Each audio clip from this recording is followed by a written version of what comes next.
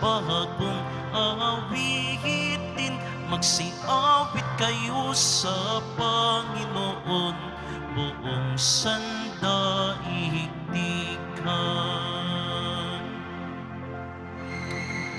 Sa ngalan ng Ama at ng Anak at ng Espiritu Santo. Amen. Sumainyo ang Panginoon. At sumainyo rin. Aminin natin ang ating mga kasalanan upang tayo ay maging marapat gumanap sa banal na pagdiriwang. Panginoong Jesus, binigyan mo kami ng bagong buhay. Panginoon, kaawaan mo kami. Panginoon, kaawaan mo kami. Panginoong Jesus, pinapatawad mo ang aming mga kasalanan. Kristo, kaawaan mo kami. Kristo, kaawaan mo kami. Panginoong Jesus, binabakagi mo sa amin ang iyong katawan at dugo sa Eucharistia. Panginoon, kaawaan mo kami. Panginoon, kaawaan mo kami. Kaawaan tayo ng Diyos Amang makapangyarihan. Patawarin ang ating mga kasalanan at patnubayan tayo sa buhay na walang hanggan. Amen. Manalangin tayo. Ama naming makapangyarihan, ibinigay sa iyong sambayanan si San Antonio de Padua bilang mahusay na tagapangaral at tagapanalangin para sa mga pangangailangan.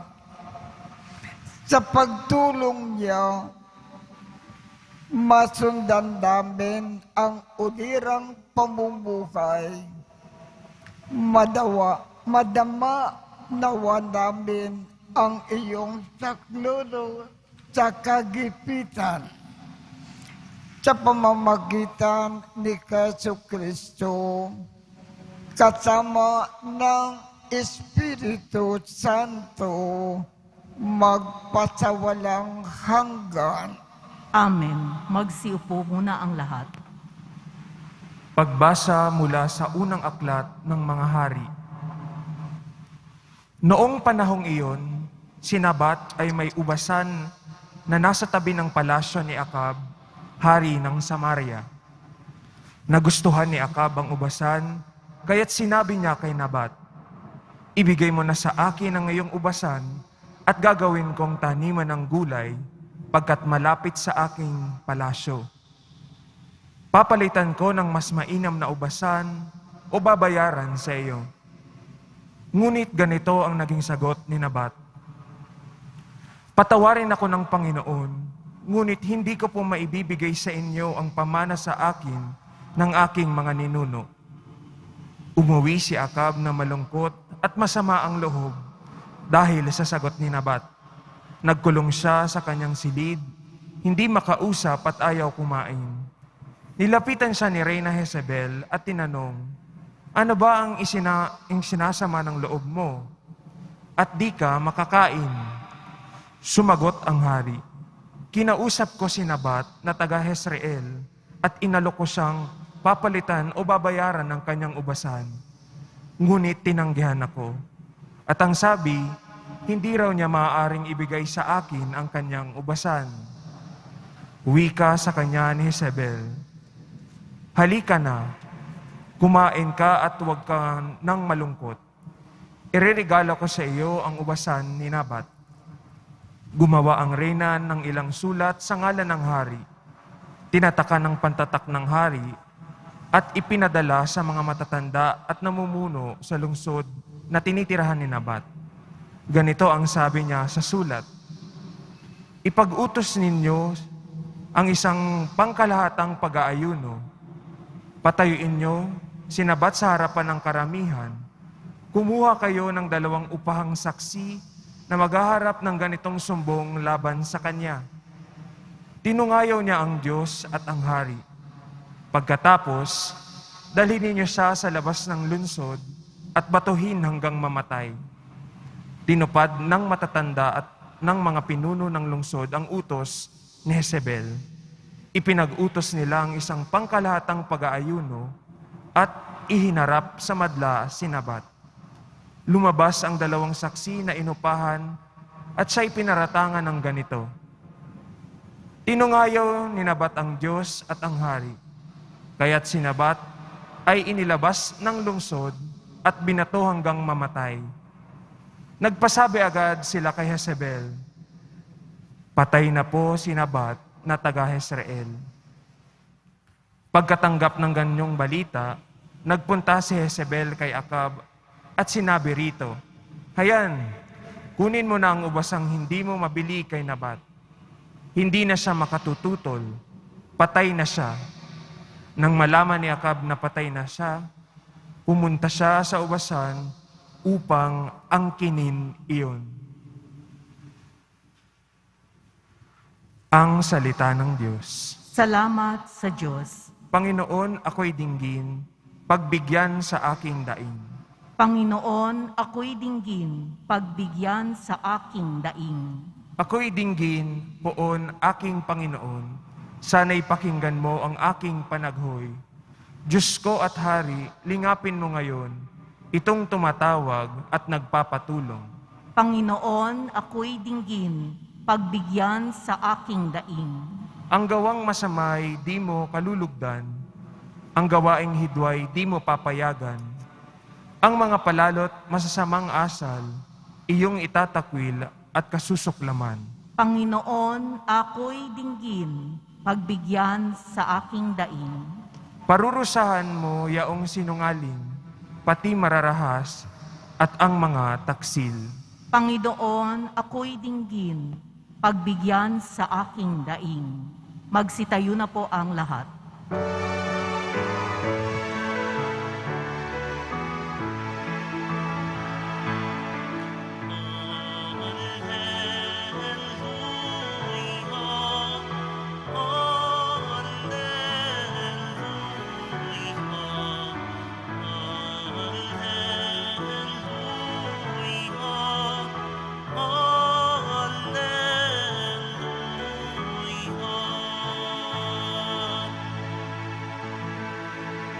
Salita mo'y liwanag, tanglaw sa aking paglakad, sa paghakbang sa iyong landas.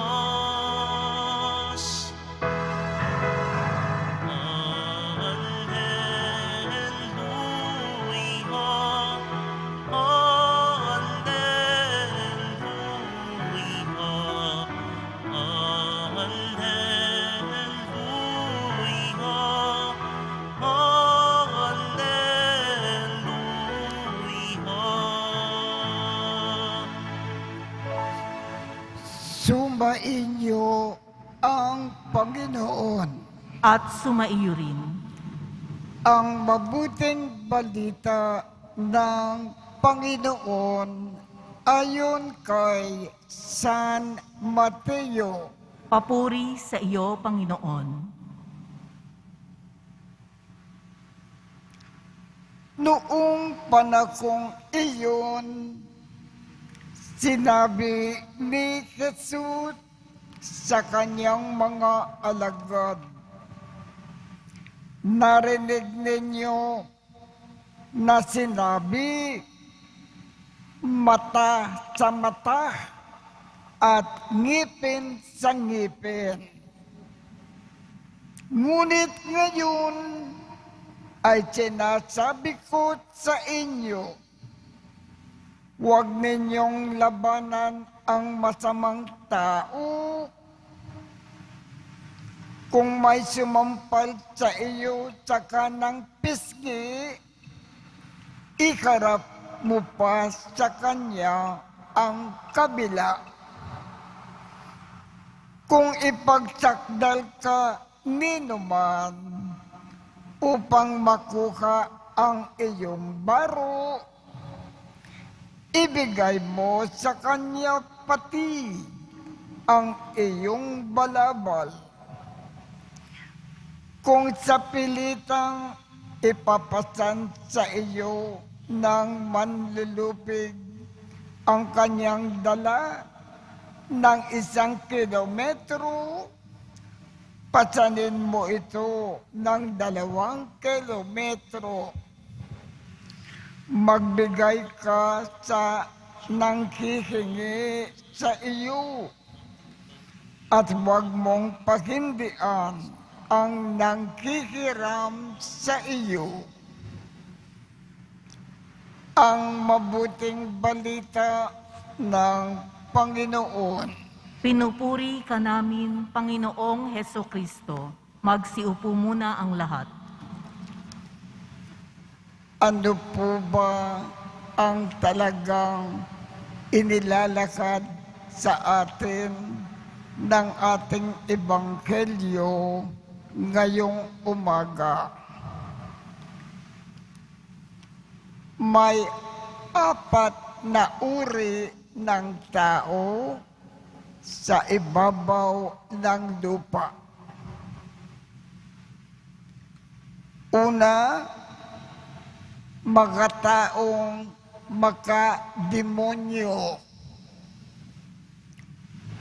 Ang ugali nila katulad ng demonyo. Ang ikalawa, mga taong makahayop. Ang ugali nila katulad ng mga hayop. Ang ikatlo, mga taong makatao. Namumuhay sila tulad ng totoong tao. At ang ika-4, mga taong makadiyos. Ang pagkatao nila tulad po ng Diyos. Papaano natin malalaman na ang isang tao ay makademonyo? Ang demonyo laging nananakit ng tao. Kahit nananahimik, ang mga taong nananakit ng kapwa, kahit sila ay nananahimik, mga taong makademonyo sila. Mga halimbawa, mga terorista, nananakit sila ng mga taong nananahimik. Kaya ang mga terorista, mga taong makademonyo. Ang mga taong nagbubuli, sila ay mga taong makademonyo. Nananakit sila ng mga taong nananahimik. Papaano naman natin malaman na ang tao ay makahayop? Bilang paghahambing, kung inapakan ninyo ang buntot ng pusa, ano ang gagawin ng pusa? Mangangalmot yan. mangangagat yan, ngipin sa ngipin. Kung ang isang tao, kung sinaktan siya, nananakit din siya sa kapwang nanakit sa kanya. Kung dinaya siya, nandaraya din siya. Kung inaaway siya, inaaway din niya ang umaaway sa kanya. Ang taong yan, makahayop ang ugali. Papaano natin malalaman na ang isang tao ay makatao? Kung kinumbida tayo sa isang party, kung tayo ay magpa-party, kinukumbida rin natin ang nagkumbida sa atin. Kung tayo ay inabutan ng regalo, tayo ay nagpapasalamat. Ang ugaling yan, ugaling makatao. Papaano naman natin malaman na ang isang tao makadiyos? Kung ginawan ng isang tao, kung ginawan ng isang tao tayo ng masama, hindi tayo nagagalit. Minamahal pa rin natin ang taong nanakit sa atin. At ginagawan pa rin natin siya ng mabuti. Ang ugaling yan, makadiyos. Yan ang apat na uri ng tao sa balat ng lupa. Ang tanong ngayon, saan po kayo nabibilang? Sa mga taong makademonyo? Sa mga taong makahayop? Sa mga taong makatao? O sa mga taong makadiyos? Sana nabibilang tayo sa mga taong makadiyos. Kung ginagawan tayo ng masama, mabait pa rin tayo sa taong gumawa sa atin ng masama. Ginagawan pa rin natin siya ng mabuti. Sana makadiyos ang ating pagkatao habang nabubuhay tayo sa lupa. Ang taong makadiyos kung namatay, sapagkat siya ay kamukang-kamukha ng Diyos, langit ang tungo.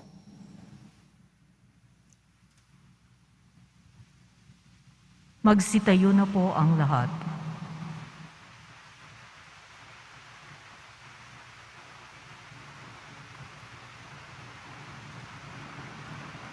Minamahal na mga kapatid, napakabuti sa atin ng ating mapagmahal na Ama.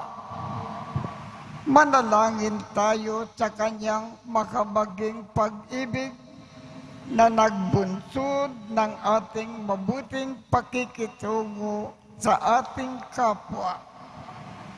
Ang ating tugon, Ama, gawin mo kaming ganap sa iyong pag-ibig. Ama, gawin mo kaming ganap sa iyong pag-ibig. Bilang bayan ng Diyos, naway maisabuhay natin ang batas ng pag-ibig ni Kristo. Manalangin tayo. Ama, gawin mo kaming ganap sa iyong pag-ibig. Ang ating mga kaaway, maging yaong mga nakasakit at nakagawa sa atin ng masama sa anumang paraan, naway mapatawad natin. Manalangin tayo. Ama, gawin mo kaming ganap sa iyong pag-ibig. Atin nawang maiwasan ang pagkakahiwa-hiwalay at pagkamakasarili para maiwaksi ang kasamaan sa pamamagitan ng paggawa ng kabutihan. Manalangin tayo.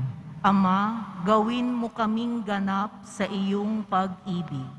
Ang mga pinaging manhid ng pagkakasala, naway hipuin ng Espiritu ng Panginoon upang magbalik loob sila at magbagong buhay. Manalangin tayo. Ama, gawin mo kaming ganap sa iyong pag-ibig.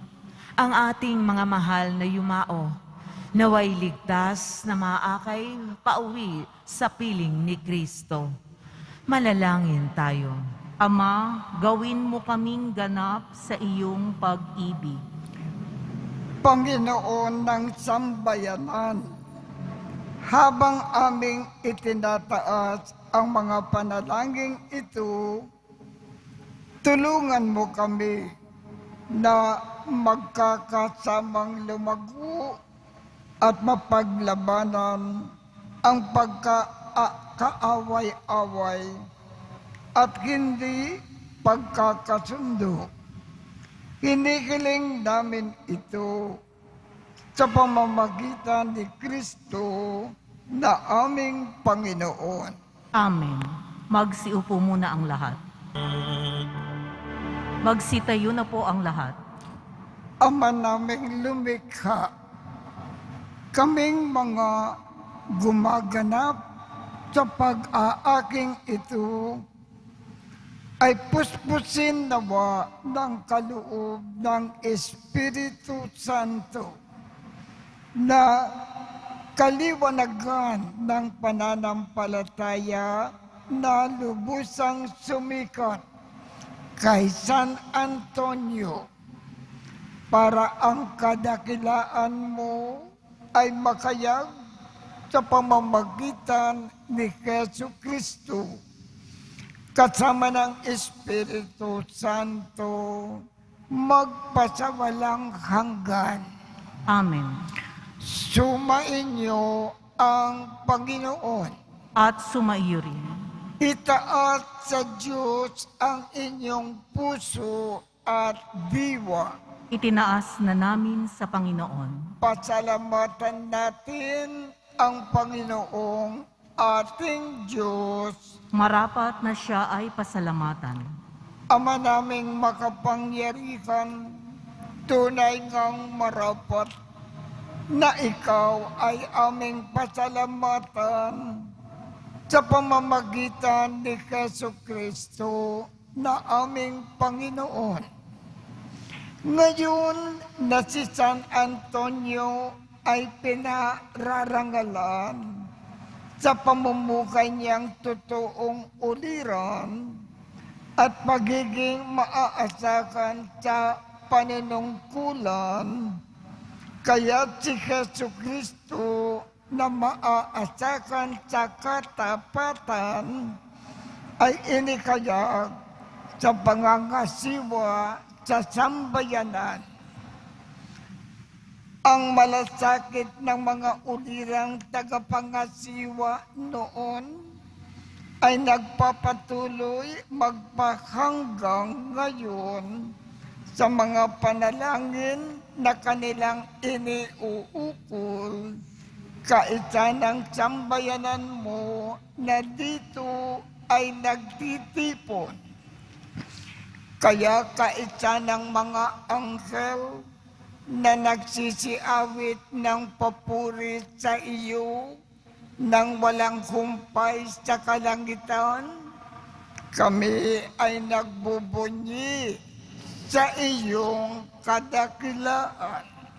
Santo, Santo, Santo, Panginoong Diyos ng mga hukbo, napupuno ang langit at lupa ng kadakilaan mo, o sana sa kaitaasan, pinagpala ang naparirito sa ngalan ng Panginoon, o sana sa kaitaasan, magsiluhod po ang lahat.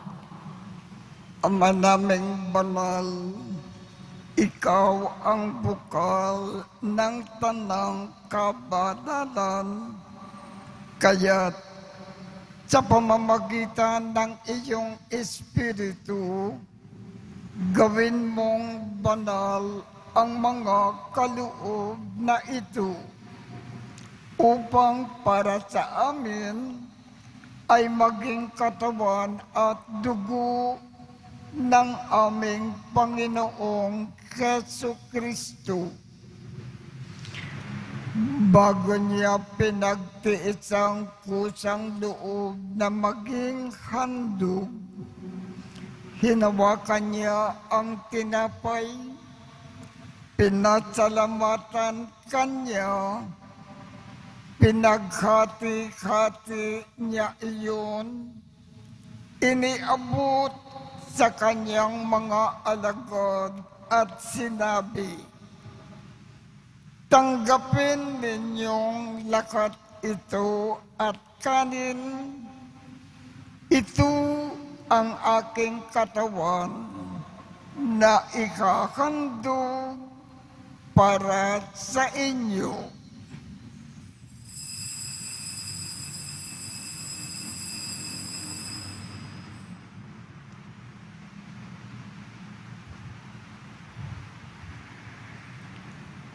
Gayon din naman, noong matapos ang hapunan, hinawakan niya ang kalis, muli kanyang pinasalamatan, iniabot niya ang kalis sa kanyang mga alagad at sinabi, "Tanggapin ninyong lakat ito at inumin.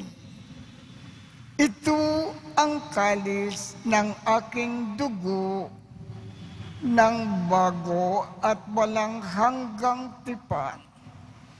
Ang aking dugo na ibubuhos para sa inyo at para sa lahat sa ikapagpapatawad ng mga kasalanan.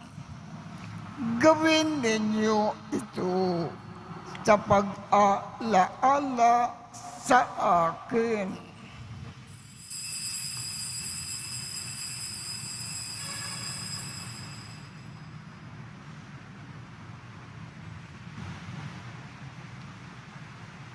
Magsitayo na po ang lahat.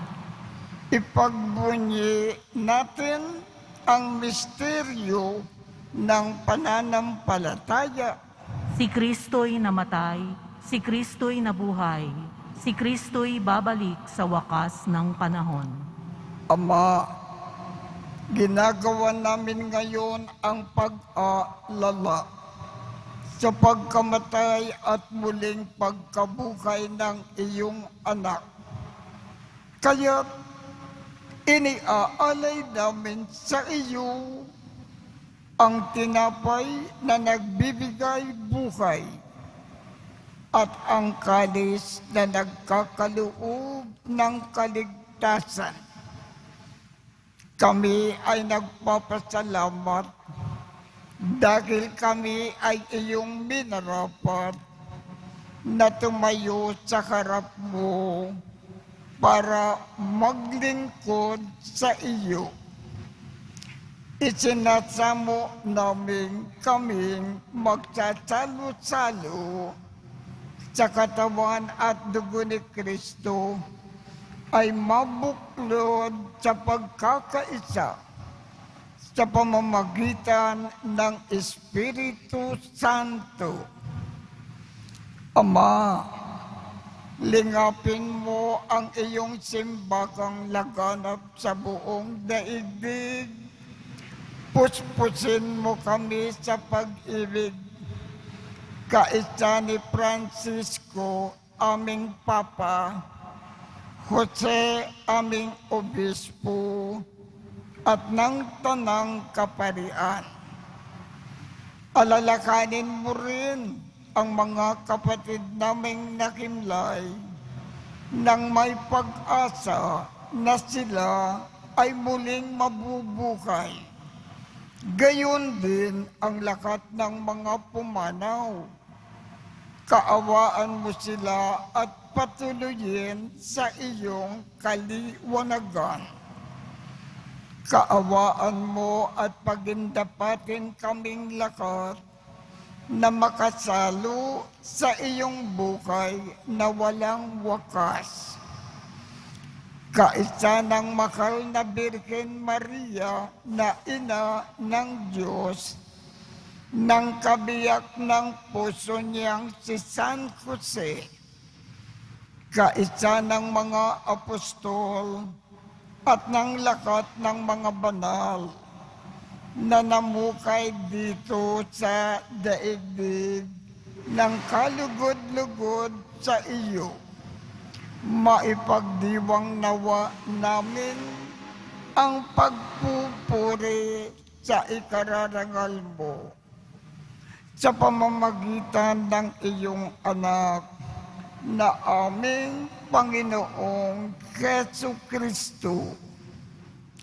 Sa pamamagitan ni Kristo, kasama niya at sa Kanya, ang lakat ng parangal at papuri ay sa iyo, Diyos Amang makapangyarihan, kasama ng Espiritu Santo, magpasawalang hanggan.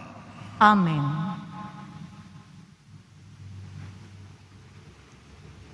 Sa tagubilin ng mga nakagagaling na utos at turo ni Jesus na Panginoon natin at Diyos, ipagayag natin ng lakas loob. Ama namin, sumasalangit ka, sambahin ang ngalan mo, mapasa amin ang kaharian mo, sundin ang loob mo dito sa lupa para nang sa langit. Bigyan mo kami ngayon ng aming kakanin sa araw-araw at patawarin mo kami sa aming mga sala para nang pagpapatawad namin sa mga nagkakasala sa amin. At huwag mo kaming ipahintulot sa tukso at iadya mo kami sa lahat ng masama. Hinihiling namin, Ama, iadya mo kami sa lahat ng masama. Magkalooban kami ng kapayapaan sa araw-araw. Iligtas sa kasalanan at ilayo sa lahat ng kapahamakan. Samantalang aming pinananabikan ang dakilang araw ng pagpapakayag ng tagapagligtas naming si Jesucristo. Sapagkat iyo ang kaharian at ang kapangyarihan at ang kapurihan, magpakailanman. Amen. Panginoong Jesucristo, sinabi mo sa iyong mga apostol, kapayapaan ang iniiwan ko sa inyo. Ang aking kapayapaan ang ibinibigay ko sa inyo. Tungkayan mo ang aming pananampalataya at huwag ang aming mga pagkakasala. Pagkalooban mo kami ng kapayapaan at pagkakaisa ayon sa iyong kalooban, kasama ng Espiritu Santo, magpasawalang hanggan. Amen. Ang kapayapaan ng Panginoon ay laging sumainyo. At sumaiyo rin. Magbigayan tayo ng kapayapaan sa isa't isa.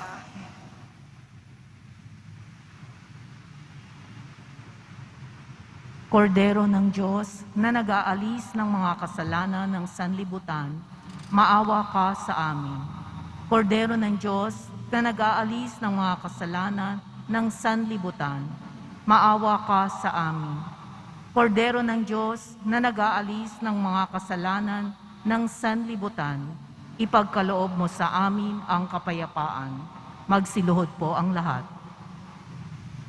Ito ang kordero ng Diyos. Ito ang nag-aalis ng mga kasalanan ng sanlibutan. Mapalad ang mga inaanyayahan sa kanyang piging. Panginoon, hindi ako karapat-dapat na magpatuloy sa iyo, ngunit sa isang salita mo lamang ay gagaling na ako.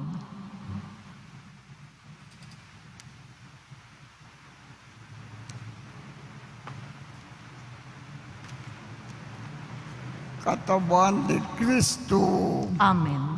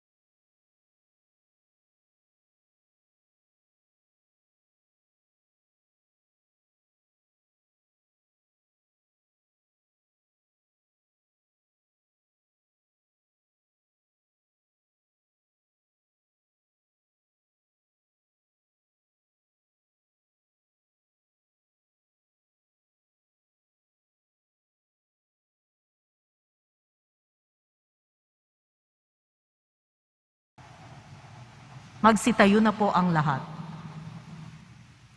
Manalangin tayo. Ama naming mapagmahal, kaming tumanggap sa banal na pakikinabang ay dumadalangin sa pagbubunsod ng pangaral ni San Antonio upang mamalagi nawang tumatanaw ng utang na loob sa kinamtang naming iyong mga idinulot sa pamamagitan ni Jesu Kristo kasama ng Espiritu Santo magpasawalang hanggan. Amen. Sumainyo ang Panginoon At sumainyo rin. at pagpalain kayong lahat ng makapangyarihang Diyos, Ama, Anak, at Espiritu Santo. Amen. Tapos na po ang misa. Humayo tayong mapayapa. Salamat sa Diyos.